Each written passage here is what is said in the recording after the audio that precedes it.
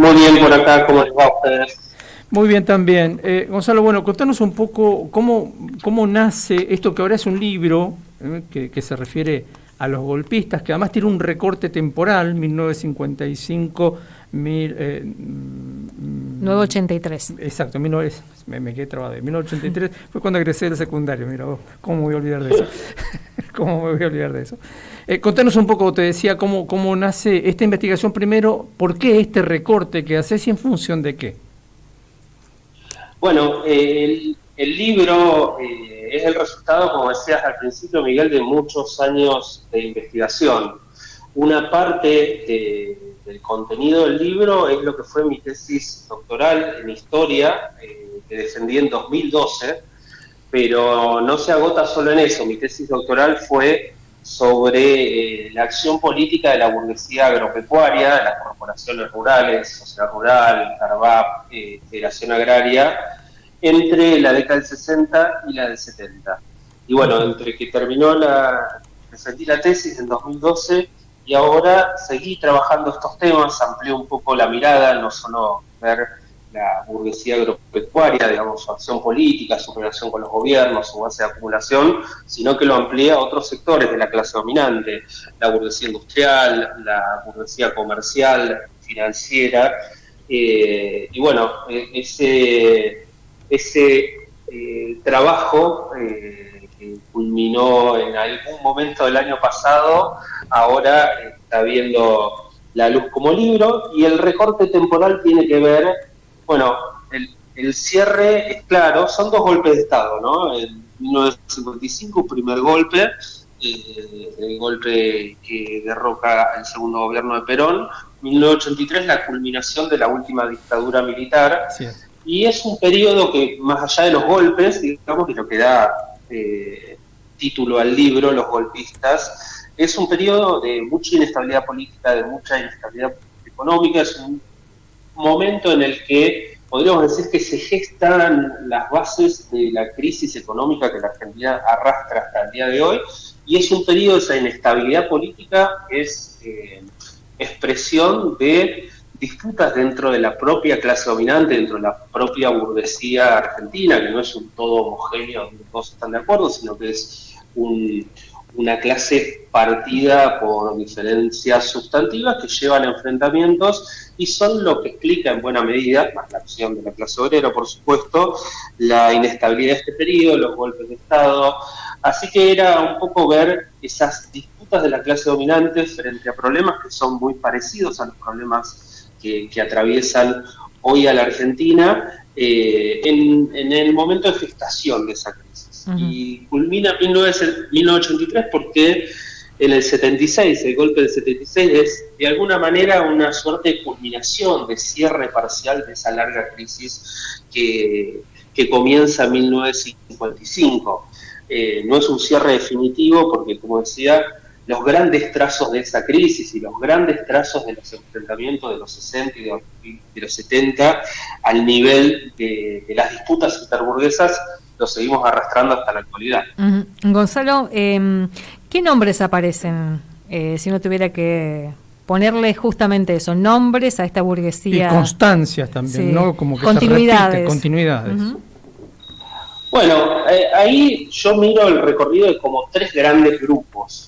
Uno es el de la burguesía agropecuaria, tanto la más grande como la más chica, y ahí tenemos, si uno tuviera que poner nombres, quizás no son tan conocidos los dirigentes, algunos sí, pero las corporaciones sí son conocidas, la Sociedad Rural Argentina, Confederaciones Rurales Argentinas, Federación Agraria Argentina.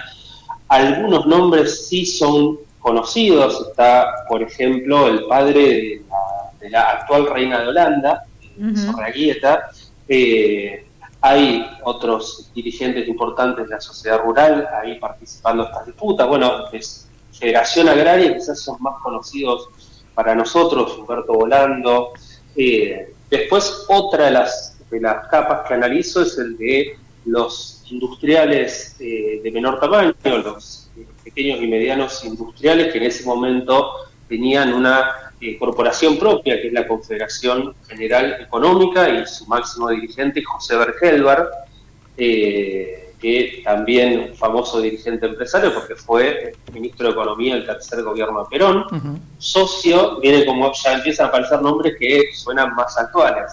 Socio de los Madanes, tanto en FATE como en Alvar, Gelbar, un grupo empresario que hoy es noticia por el cierre de FATE, por el conflicto con Javier Milei. Y después tenemos un tercer grupo, que son los que ganan, el grupo que en su momento fue conocido como la patria contratista, los capitanes de la industria, y ahí tenemos industrias de peso, Techint, Asindar, todo lo que es la industria petroquímica, ahí hay varios nombres conocidos del mundo empresario, bueno, los Roca, los dueños de Techint, Martínez de Oz en ese momento era presidente de Asindar.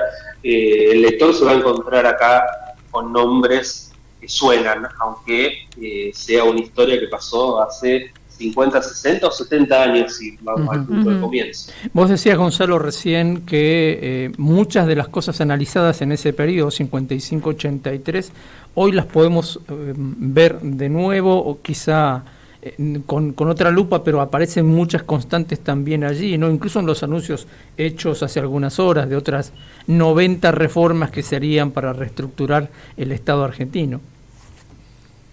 Sí, efectivamente. Bueno, en primer lugar, la naturaleza de la crisis que atravesamos ahora y los debates que eso generan son muy similares. Desde mediados de la década del 50, el capitalismo argentino encuentra una restricción en lo que en la historiografía económica se llama modelo de dos sectores: un sector agropecuario que exporta y genera divisas, y un sector industrial que produce fundamentalmente para el mercado interno, que no puede exportar, que demanda divisas, y esto genera una serie de contratiempos, sobre todo a partir de la década del 50, en los que la estructura económica argentina cambió mucho, sino que lo que cambia es más que cualitativo, cuantitativo. El problema es que los ingresos del agro dejan de ser suficientes para sostener esa estructura industrial, y ahí comienza la crisis, comienza la disputa por ver qué sector se ajusta, comienza la disputa entre las propuestas mercadointernistas y las propuestas de apertura más liberales. Todo eso nos va a sonar de cosas que pasaron nomás esta semana. Y sobre todo una disputa que está muy patente en el libro, que es la disputa, digamos, el planteo que hacen estos sectores de la patria contratista, los capitanes de la industria, que entre esa disputa de mercado interno o apertura plantean como una suerte de posición intermedia. Yo hablo de dos liberalismos. Está el liberalismo del agro, que es la apertura irrestricta, algo muy parecido a lo que plantea Milei, destruir todo el entramado industrial, y otra propuesta, que es la de los capitanes de la industria, que yo llamo liberal desarrollista, porque plantean una apertura limitada a los sectores más chicos de lo que es la burguesía industrial, o sea, abrir la economía solo para los chicos, mientras los grandes siguen sobreviviendo merced a transferencias del Estado, a programas de producción industrial, a créditos subsidiados. O sea, como diría Milei, viven con la nuestra. Ese dilema se parece mucho al dilema que tenemos hoy en este enfrentamiento entre lo que podríamos llamar esos viejos capitanes de la industria, Madanes, Techint, y el gobierno de Milei. Gonzalo, ayer en la apertura de sesiones, Milei varias veces usó la palabra golpistas. ¿Cómo habría que leer esto que él dijo ayer, entre comillas, insultó ayer, con lo que vos también estás queriendo mostrar con este título? Bueno, se ha banalizado bastante la idea del golpismo, y no es mérito de Milei, digamos, viene de antes. Yo recuerdo, quizás no recuerdo para más atrás, porque por mi edad, pero desde el conflicto del campo, que reiteradamente se vuelve sobre la idea de golpistas, desestabilizadores, a una disputa política que puede llegar a ser álgida, pero planteando un escenario que no está planteado en la Argentina, ni lo está hoy en quienes critican a Milei, ni lo estaba en 2009-2010 en quienes criticaban al gobierno kirchnerista. Obviamente la burguesía agropecuaria quería desplazar al kirchnerismo, pero no se planteaba, eso tiene que ver con la forma en que terminó resolviéndose en la Argentina la cuestión militar, con unas fuerzas armadas muy desprestigiadas luego de la última dictadura, el fracaso económico, la represión y sobre todo esa aventura que fue la Guerra de Malvinas, en que nos metieron los militares y que fue una derrota estrepitosa que aceleró la caída del gobierno militar. Eso, más la acción en democracia de los organismos de derechos humanos, generó un desprestigio de las Fuerzas Armadas que, a diferencia de lo que es el periodo que se trabaja en mi libro, donde efectivamente hay golpes de Estado con militares que toman el poder, apoyados desde luego en todos los casos por sectores civiles, por eso hablo de los golpistas, el libro trata sobre la burguesía argentina, porque son los sectores que están detrás de esos golpes de Estado, pero hay una diferencia muy clara entre estos golpistas del libro y esta banalización de la idea del golpismo, que es simplemente cuestionar una política de gobierno. Gonzalo, ¿cómo se consigue o dónde el libro? Bueno, el libro va a estar disponible en algunas librerías, pero yo recomiendo que se contacten con la editorial Ediciones R&R en sus redes sociales para conseguirlo al precio lanzamiento. Ahí en Posadas, los compañeros de Vía Socialista de mi partido van a tener ejemplares para vender, así que también pueden escribir ahí a Vía Socialista Misiones. Y bueno, y después vamos a estar presentándolo. No quiero prometer que voy a ir a Posadas, pero es una posibilidad. Vamos a estar haciendo presentaciones en varios lados. Por lo pronto, dado que esto se sube a redes sociales, que no solo lo escuchan compañeros y compañeras de Posadas, vamos a estar presentándolo en San Luis el viernes de esta semana y el sábado 28 de marzo acá en Cava. Así que bueno, ahí en las redes de la editorial van a encontrar toda la información. Dale. Muchas gracias.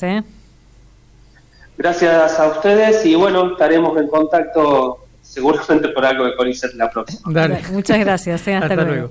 Gonzalo Sanz Servino charlando con nosotros. Su libro Los Golpistas acaba de ser publicado por Ediciones R&R. Un análisis de cómo funcionan las burguesías y sus disputas internas incluso entre